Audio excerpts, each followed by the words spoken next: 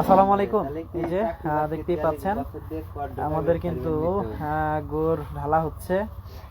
আমাদের কাকা লার্কি দিয়ে লাটতেছে আর দোকান যায় নাকি কয়েল পাটারি দেখতেই পাচ্ছেন। জানুয়ারি মাসে তো লোক লিবে। আজকের গুড়ের এটা খুবই ভালো হবে, খুবই ভালো হবে।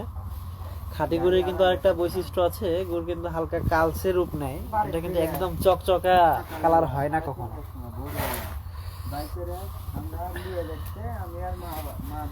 ঢালে দিবেন দুইজন বারান্দায় বাড়াইছে আর উঠানে আছে গাড়ি নিয়ে এক টান দিয়ে ভাঙ্গে চলে বাড়া চলে গেল।